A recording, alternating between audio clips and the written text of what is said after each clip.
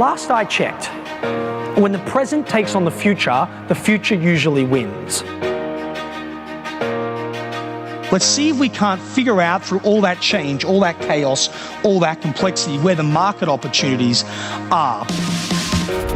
Sheahan. Peter is known internationally. Helping companies create new value at enterprise scale. We all know what we're going to have to do. We're going to have to do more with less, efficiency. We're going to have to respond and evolve, agility. We're going to have to add more business value. Staff in 23 cities. He's the founder of Carrikins Group, a global consultancy firm focused on catalyzing growth in companies around the Highly world. successful entrepreneur. How to get massive results faster than you ever thought possible. I've had the honor of seeing some of your material, but nothing beats the live experience. Ladies and gentlemen, Peter Sheahan!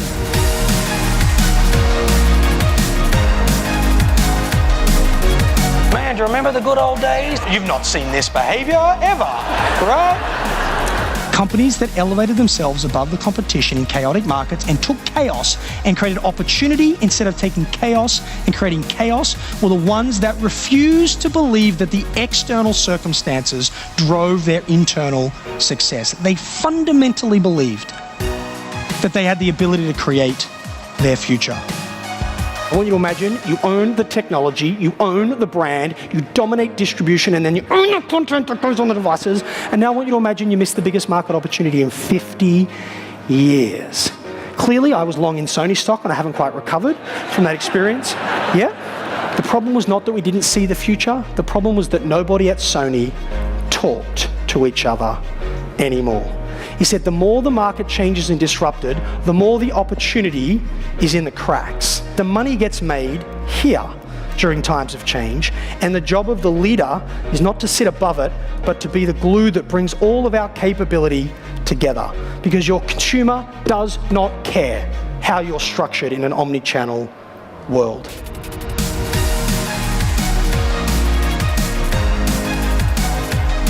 It's the ability for our customer to buy our product if they just wait 3 weeks for 25% less than they get it in store, and we're still 100% committed to a bricks and mortar retail strategy. That's the problem she had to solve. Listen to what they did. And if you take the jacket off the hanger, the two flat screens closest change their imagery. The first one shows you the artisan making the garment, because if you're going to spend $2.5 grand on a raincoat, you better have a really good justification for that irrational spend, all right? People who have grown up to be really good with a hammer tend to think every new opportunity is a nail. They try and shoehorn the new future into the old go-to-market model, when what they really need to do is evolve the model. And what Burberry have gone on to do is build the most powerful CRM engine in luxury goods. And it was inspired by this risk they took by moving into the very thing that disrupted them the most. You're in an accident. It's not that bad, but you're bleeding. You've called the paramedics, the ambulance, you've called the police, you're waiting for them to arrive. But what you don't know is that your accelerometer automatically notified the progressive claims assessor in his little white truck, and he beats the paramedic to the accident site. It's like, dude, I can't help you with your head, but here's a check to replace your vehicle. Get your teams aligned behind efficiency. Don't fight it, don't defend against it. This pressure to do more with less is not going away. Don't freak out about it. It's like getting stung to death by the same bee. It's just going to keep coming back.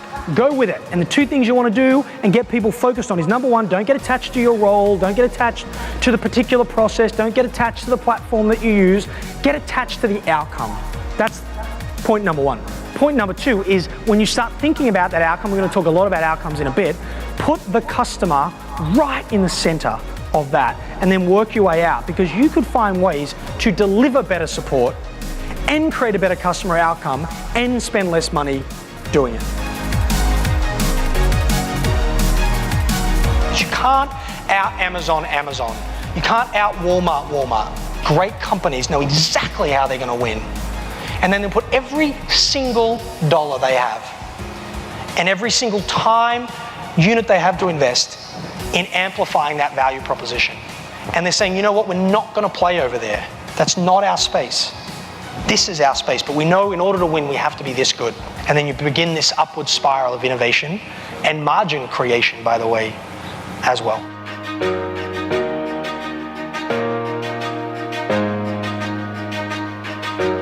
You see over and over and over again businesses facing complexity. So what people do is they run harder and harder and faster, and as the sales cycles get longer and longer, they try and fill the pipeline quicker and quicker. No, what Adobe did was, let's not just work hard, let's do the hard work. And the ultimate problem a marketer has, which is the vast majority of their clients, is not how do I make pretty images. The actual problem is half my marketing works, I just don't know which half. So let's solve the higher order problem for the customer, which is we're going to help you figure out which half of your marketing works so you can double that spend and kill the other. Having the management risk appetite to learn about that and lean into that complexity is where you create differentiated solutions. You go through simplistic, past complexity and too simple, and you use that insight, you use that vision of the future, you use that intellect to get you deeper with the relationships you have with your client, where you're not just thinking about you and them, but you're thinking about the entire value chain, understanding the user experience, building intimacy, elevating yourself above the RFP process into this strategic trusted partner. And then you take that to solve the real problems, not today's problems, but tomorrow's problems, and you focus on the outcome, and you're willing to get creative in your model, in how you go to market, how you engage to get the outcome, irrespective of your historical inputs. The biggest problem in times of change and transformation, or the unwillingness of an organization to adapt, is when an individual in a position of power has a personal attachment to how things get done. And they hold on to that attachment and don't move with the times, change with the technology, adopt new practices, because their ego is attached. Their identity is attached to a certain way of doing things. He put it differently. He said, where there is ego, there is excess.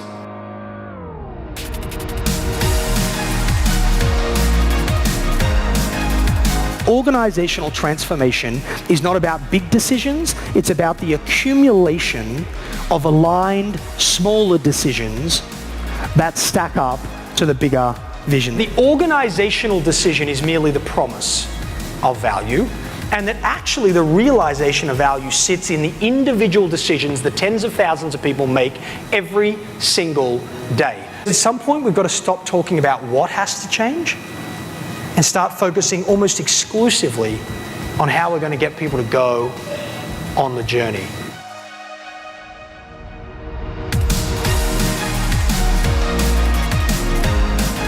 Let go of the legacy belief systems and reimagine the future in a form of possibility.